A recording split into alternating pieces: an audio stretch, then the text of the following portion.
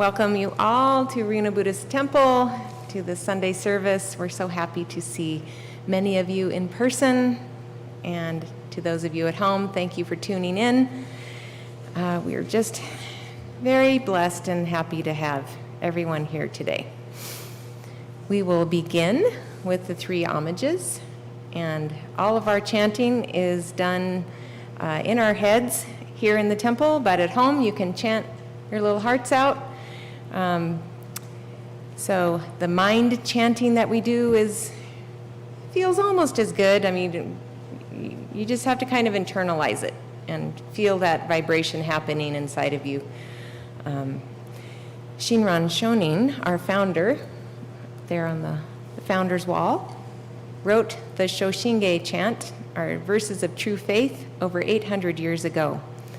And it compresses his experiences and insights of Pure Land Buddhism into one pleasantly long poem. And it reminds us that he is still with us today, teaching us and guiding us. Shinran wanted us to know that life is more than a simple journey from cradle to grave, that we are part of a long, unbroken thread of life that extends deep, deep into the past, and we are responsible for helping to extend that into the future. As we are chanting, we will be offering incense at our Oshoko altar here, and everyone is invited to offer incense. If you're new, you're welcome. There's no requirements. Incense is a cleansing of the mind and body before hearing the Dharma. And it also is a gift and gratitude to the infinite wisdom and compassion of Amida Buddha, the infinite wisdom and compassion of the universe that is always there supporting us, even when we don't realize it, mostly when we don't realize it.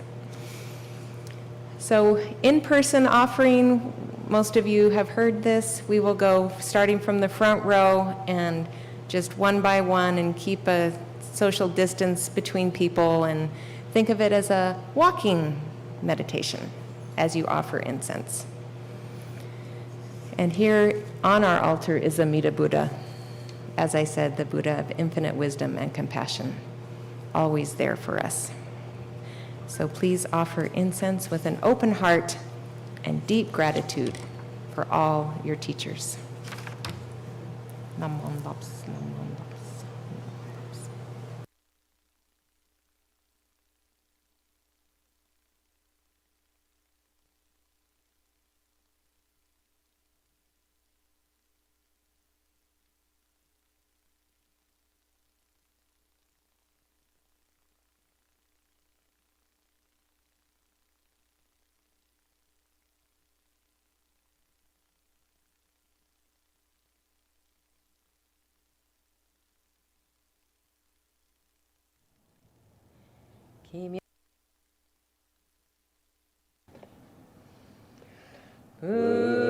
Buddham saranam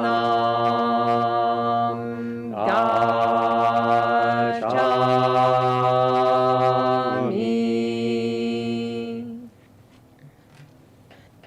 dhammam saranam gacchami,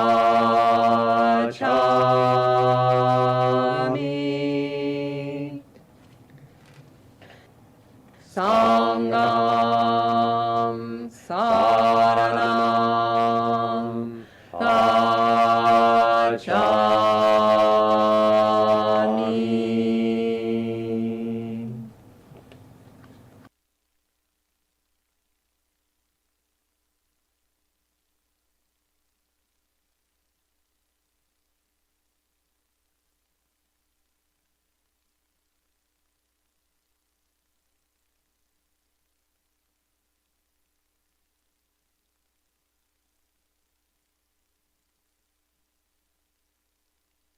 Shoshinge.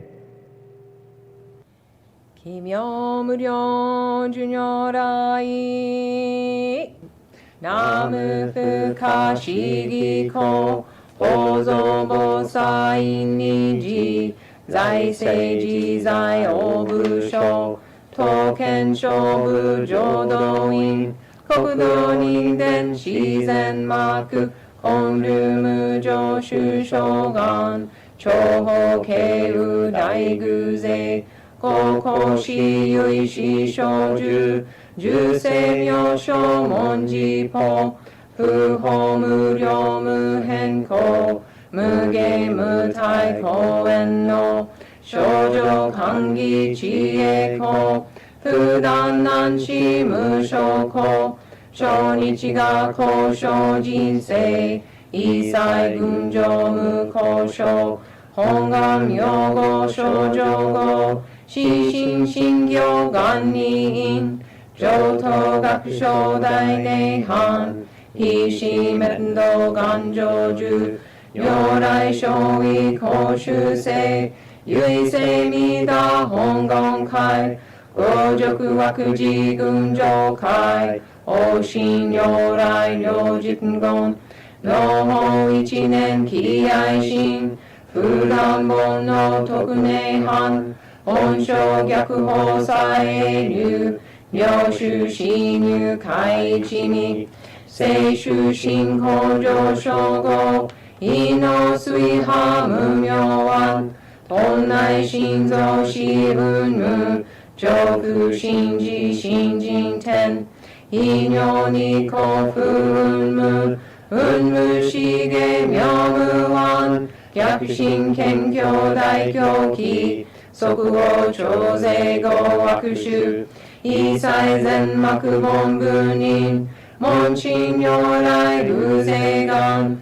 運言広大小芸者全人名踏んだりけリーダー部本元年部邪変教が楽修上信行十字人に南中死な昔インド祭典四論下中華自治域史構想現代小構成小異妙如来本税王記釈迦如来両河線一種合如来天軸流樹大事修道生執の財派有無権先世大乗無常法召喚議事昭和なく賢治南行六六信行異行四道楽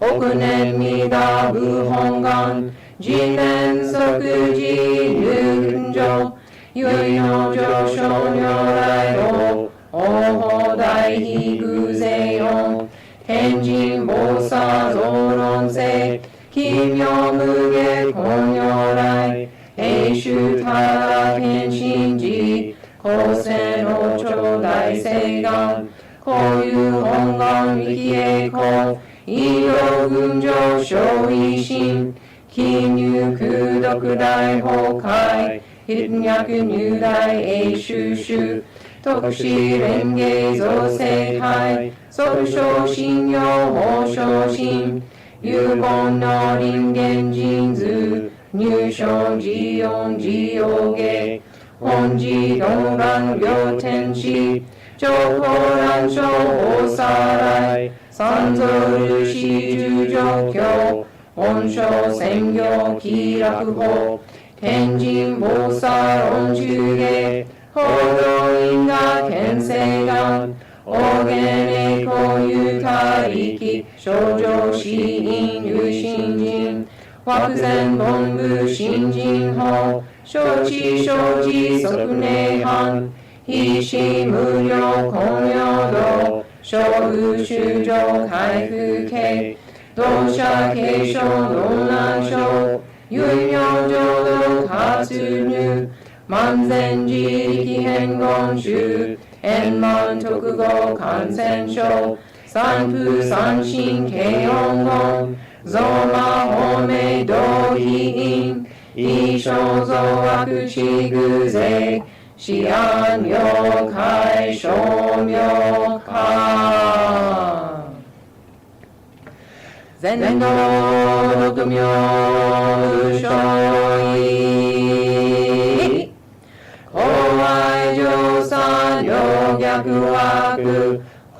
妙妙語権二年海入本願大智慧幼者小樹金剛心狂気一年総合用意大と逆三人即所保障市上楽現鎮公開一大教返帰安養可二祭先祖終身反戦人法慶二道小弁流極十悪人類勝負化薬剤非正集中煩悩証言水不見大義無権上昇が本次元空妙仏教連民全幕門部人新宗教書後編集戦弱本願具惑星現代生じ臨伝芸形式異常異常死即入弱上無意楽一心事に納入空教大義修士と上妻無縁極辱悪王族自主道心唯過心し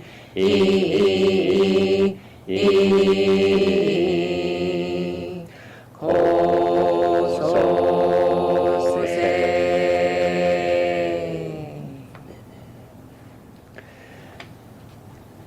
ナムアミダ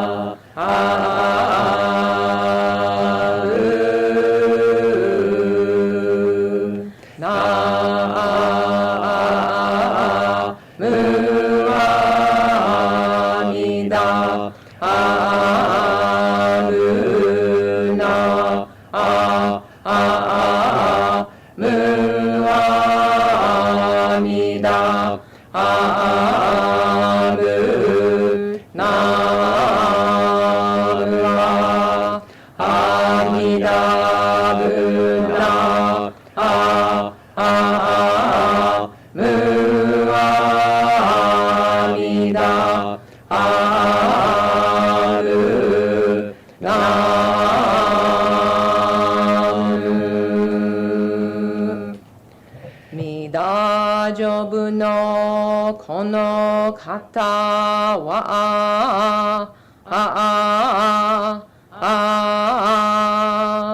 今に自己を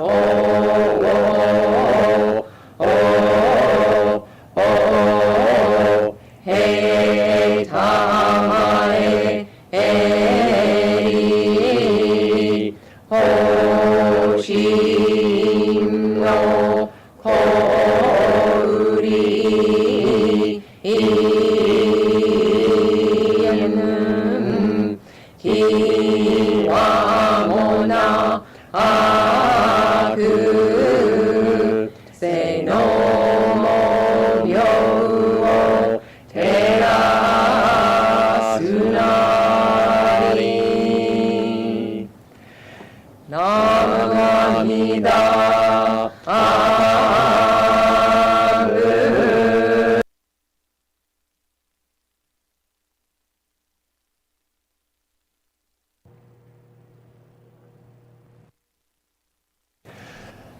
安にしくど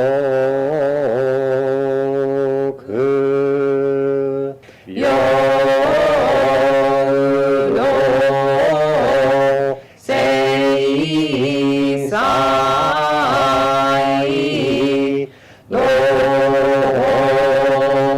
大心お嬢は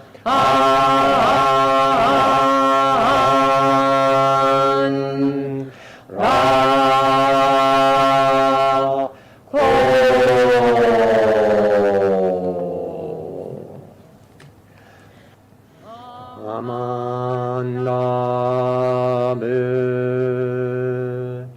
ナマンダブ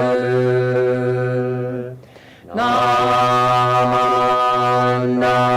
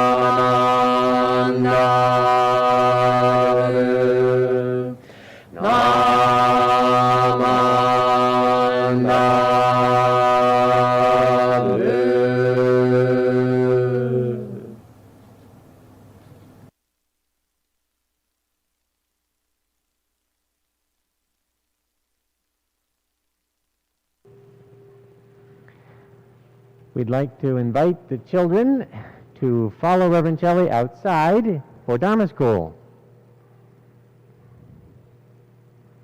We don't want to invite everyone in the fear that everyone will go outside with Reverend Shelley. Parents are welcome too.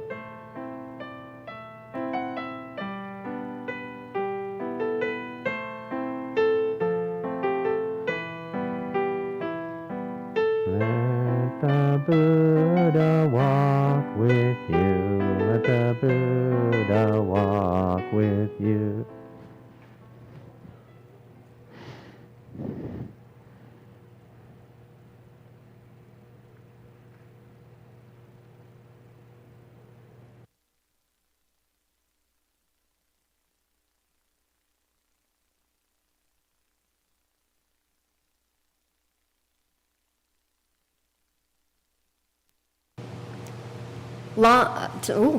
Very loud.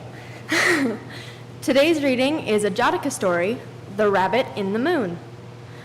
Long ago, before the Buddha became enlightened, he was reborn as a rabbit. He lived in a leafy forest among soft, tender grass and delicate ferns. The forest was rich with fruits and bordered a river of pure water as blue as lapis lazuli. This forest was a favorite of wandering ascetics, people who focus on their spiritual journeys. These ascetics lived on food that was offered to them from others. The people of that time considered the giving of alms to the holy wanderers a sacred duty. The rabbit had 3 friends, a monkey, a jackal, and an otter, who looked to the wise rabbit as their leader. Though he was not as strong as the elephant or as bold as the lion, he possessed the kindest of hearts. He taught them the importance of seeking the truth, observing holy days, and compassionate giving. Whenever a holy day approached, the rabbit told his friends that if someone asked them for food, they were to give freely and generously from the food they had gathered for themselves. Shakra, Lord of Devas, was watching the 4 friends from his great palace on the peak of Mount Sumeru. On one holy day, he decided to test their virtue. That day, the 4 friends separated to find food. The otter found 7 red fish on the riverbank. The jackal found a lizard and a vessel of curdled milk someone had left. And the monkey gathered mangoes from the trees. Shakra took the form of a wandering priest, and he went to the 4 forest creatures and asked, "Friends, I am very hungry. I need food before I can perform my priestly duties. Can you help me?" The otter offered the priest the 7 fish he had gathered for his own meal. The jackal offered the lizard and curdled milk he had planned to have for his own meal. The monkey offered the juicy mangoes he had looked forward to eating himself. Then the priest went to the rabbit and asked for food. But the rabbit had no food to offer but the lush grass growing in the forest that he so loved to eat. He could not think of anything of worth to give to the priest, so the rabbit told the priest to build a fire. When the fire was burning, he said, "I have nothing to give you to eat but myself." Then the rabbit threw himself into the fire. Shakra, still disguised as a priest, was astonished and deeply moved. Instantly, he caused the fire to be cold, so the rabbit was not burned, and then revealed his true form to the selfless little rabbit. "Dear rabbit," he said, "your virtue will be remembered through the ages." And then Shakra painted the wise rabbit's likeness on the pale face of the moon for all to see. Shakra returned to his home on Mount Sumeru, and the 4 friends lived long and happily in their beautiful forest. And to this day, those who look up at the full moon can see the profile image of the noble, selfless rabbit. RBC's Moon Rabbit Cafe was inspired by this Jataka tale, The Rabbit in the Moon. Compassionate giving and respect for all who come to dine in peace and harmony in the essence of our gatherings. We bow to and acknowledge the Buddha nature in each and every sentient being.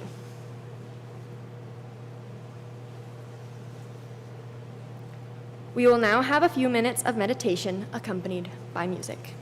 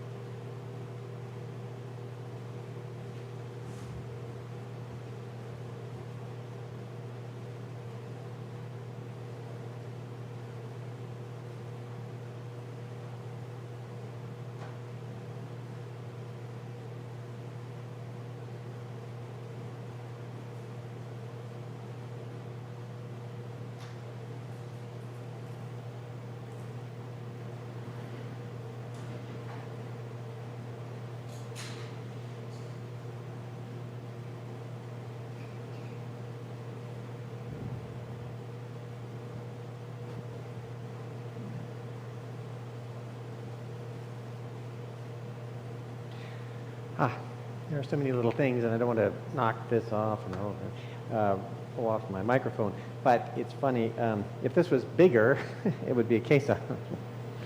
So, quesa just means scrap of cloth, so it is a quesa.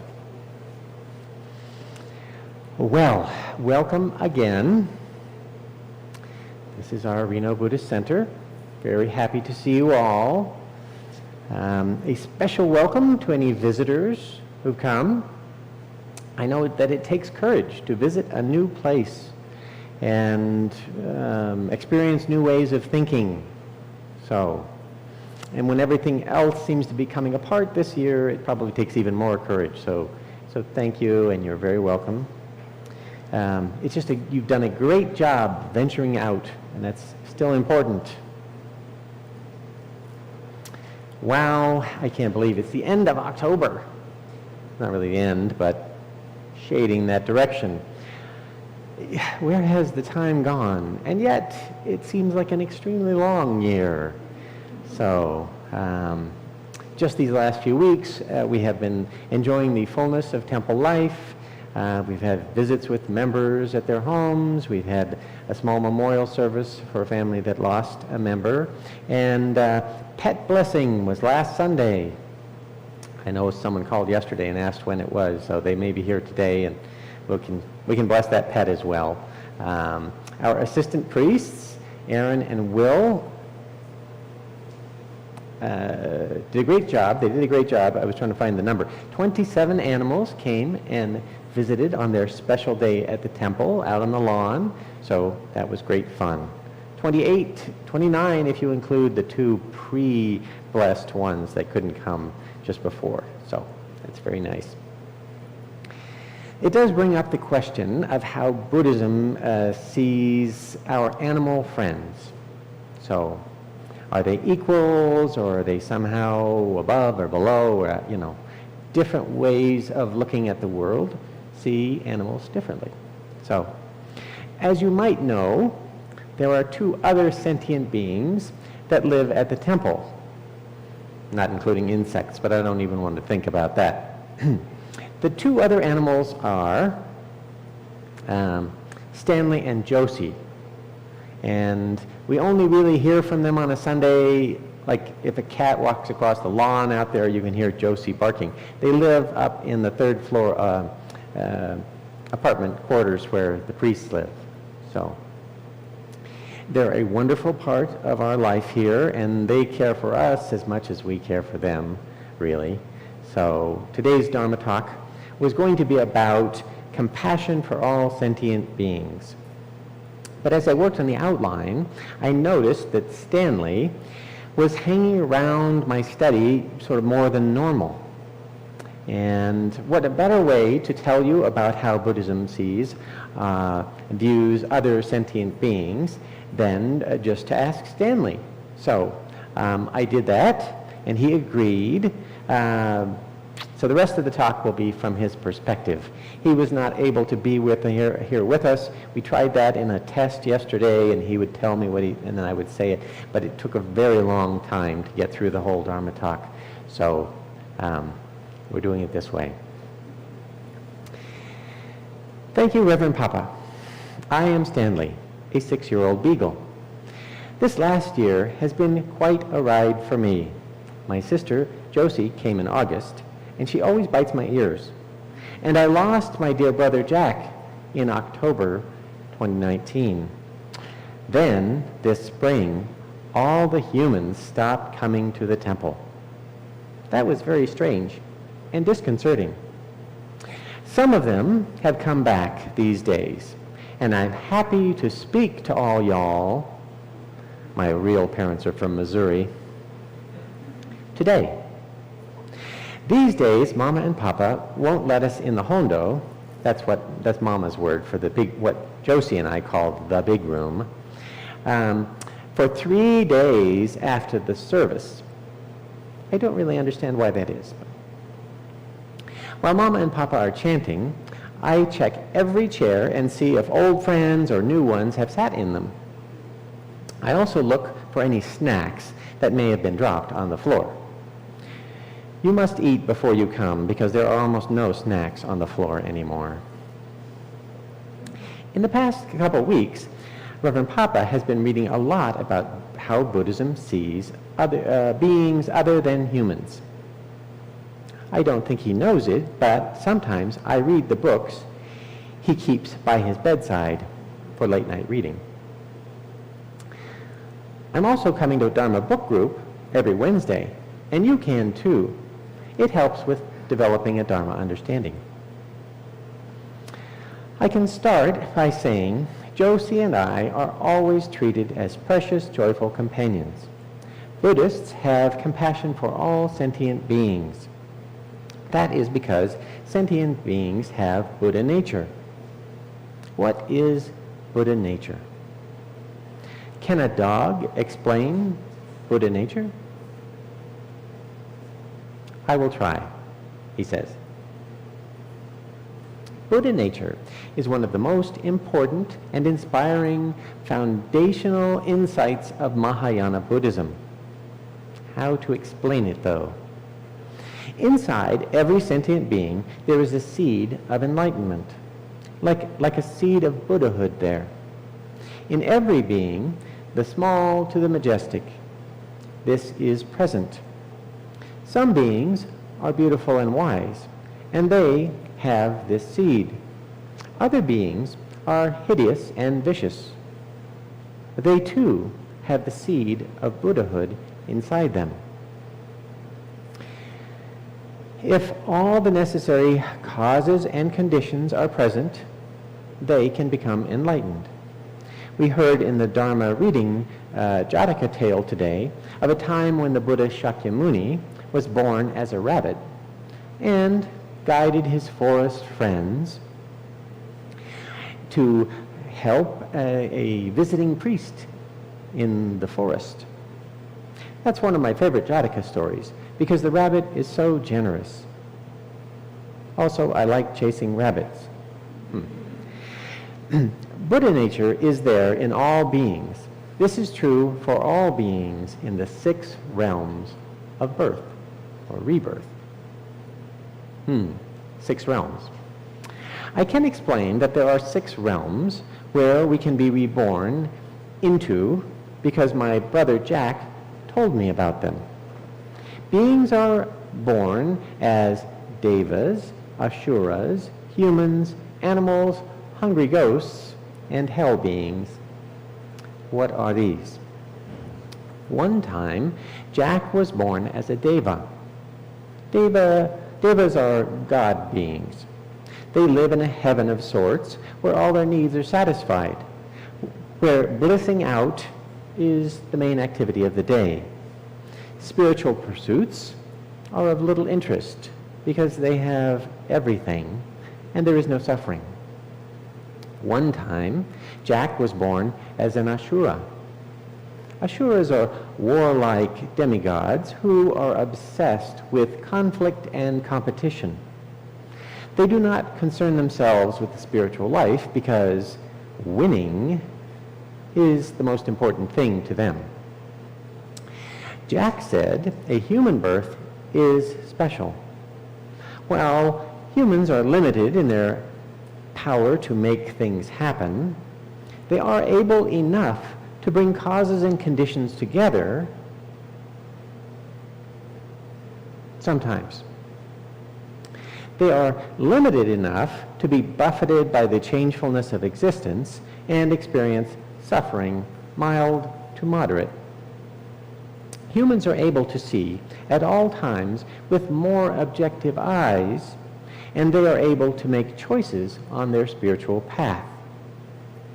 Self-reflection is possible for humans in a way that is difficult for other beings. This is a middle birth, a very auspicious birth for beings. It must not be squandered. This is Matthew just adding a little to Stanley's. We must consider this a very precious opportunity. Back to Stanley's treatise. Beneath the human realm, there is the animal realm. That is where I am. Animals are completely at the mercy of our urges and instincts. A cat cannot let a bird live. It must kill, driven by the imperative impulse to eat, procreate, dominate, and protect. We satisfy these basic needs. Animals are unable to consider or reflect on their place or their actions. If I see a cat, I have to howl and sniff and follow it. I just can't help myself. This is a limited birth that is fraught with suffering. We are always at the mercy of the dominant ones. I thought Jack was trying to scare me when he told me about hungry ghosts. That is the realm beneath the animals. They are beings driven solely by thirst and wanting. A kappa is a hungry ghost. If you have seen them, you would remember them.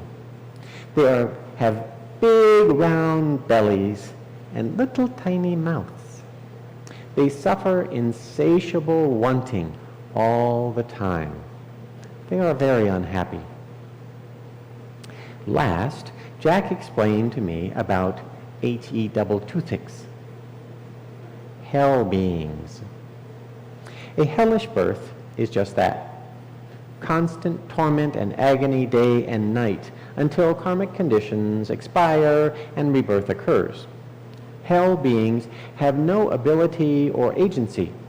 Experiencing suffering is their only attribute, sometimes in the form of physical pain, but also the anguish of anticipation of future torment terrorizes them. You are well to avoid a hell birth.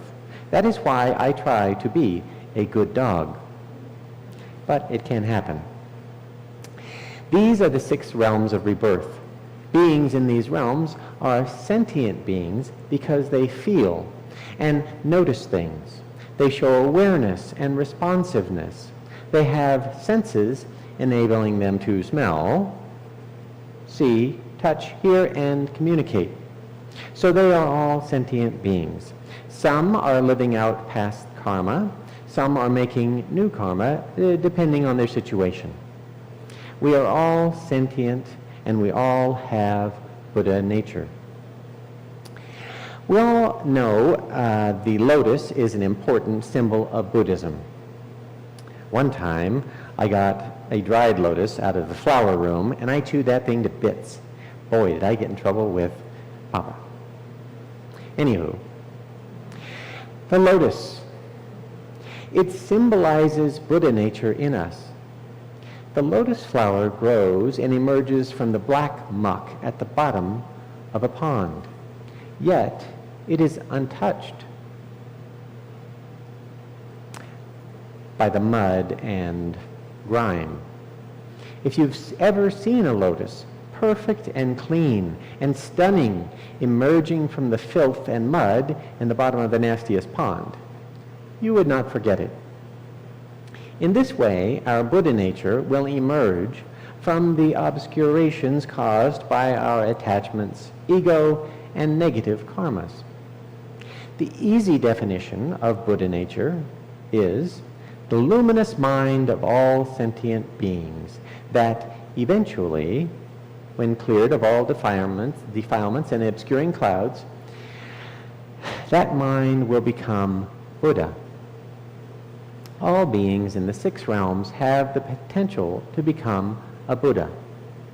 It is in each of us, every creature that swims, that flies, that crawls, or walks. Even cats. I don't think Stanley likes cats. Maybe he likes them too much. Just as the sun may be hidden by clouds one day, I know it is always there. For each of us, in the same way, our Buddha nature is mostly obscured by pain, suffering, and anguish, unskillful habit energies, and attachments to things and ideas. But that Buddha nature is always there. Remember that Buddha nature is not something we have. It is something we are. We do not have a soul as such, but we are, by nature, Buddha. What obscures our nature are impurities and defilements, the fruit of mistaken views. When defilements are removed, the sun is freed from the clouds, then bright, illuminating rays shine through. So Buddha nature is the fundamental nature of mind, luminous, expansive awareness, beyond concept and mental fabrication of any kind. mind, completely free from the movement of thoughts. The unity of shunyata and bodhi, of emptiness and enlightenment. The unity of space and radiant awareness, revealing supreme, immeasurable qualities of being. In the Pabhasara Sutra, the Buddha said, "Luminous is the mind, but it is sullied by incoming defilements. An uninstructed run-of-the-mill person doesn't discern that such a mind is even present, which is why spiritual development is difficult. Luminous is the mind. When freed from defilements, a well-instructed student feels it is actually present, which is why I tell you, with this awareness, spiritual development can occur."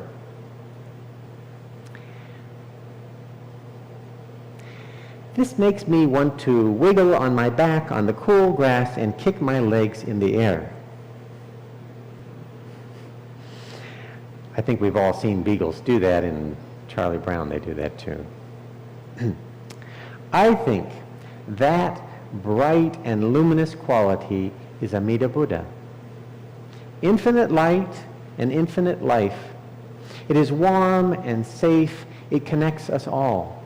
The light of Amida is like the warm sun in the morning when I lie on the carpet and have my morning naps. The luminous quality holds us never to be let go, no matter how bad we have been, no matter what we have chewed to bits. It warms us and brings insight to our mind. When Mama and Papa chant the Nembutsu, we are warmed by that light. We feel its safety, its security, its compassion. The luminous quality of mind connects all things. A Chinese priest once asked his teacher, "Does a dog have Buddha nature?" What a silly question. Of course we do. And his teacher replied, "Moo," which kind of means yes and no. Things are not as they seem, nor are they otherwise. We are each part of a vast non-duality of the universe, warmed and supported by Amida Buddha's light. And in that oneness, we have a particular quality too. It is hard to speak about. There are not really words for that.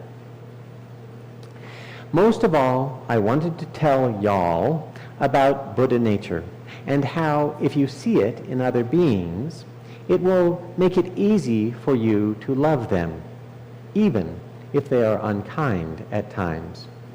Because you know, deep down, you are connected with them and they are with you. They share their wisdom and compassion, part of great wisdom and great compassion, part of the Buddha in all things. When we say the Nembutsu of gratitude, we tune in to that connectedness, and we are warmed by it, never to be let go. Thank you for listening to a Beagle's musings on Buddha nature. I'm really tired now. I'm going to take a nap. That is the end of Stanley's thoughts. Thank you for being here together. Let's share Stanley's deep wish for all sentient beings. Please repeat quietly after me. May you be happy. May you be free from harm. May you receive boundless compassion. And may peace and harmony fill your hearts. Namandam, namandam, namandam.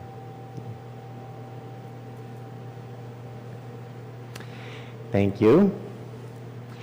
We will now share our Reno Buddhist Center theme song by mind singing it to the recorded version.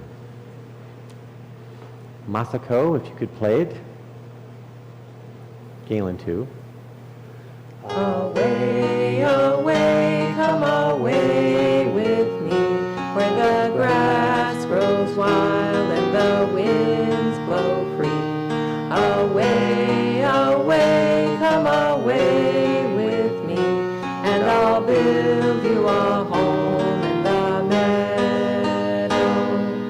Come, come, there's a wondrous land for the hopeful heart and the willing hand. Come, come, there's a wondrous land where I'll build you a home in the meadow.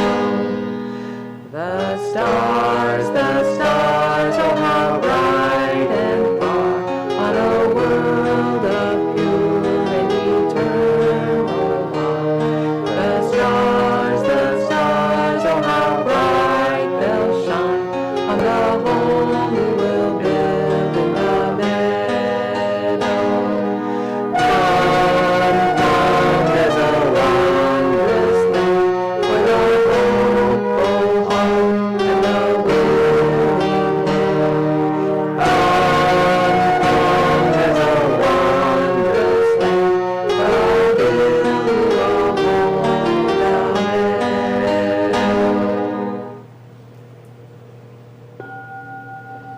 No.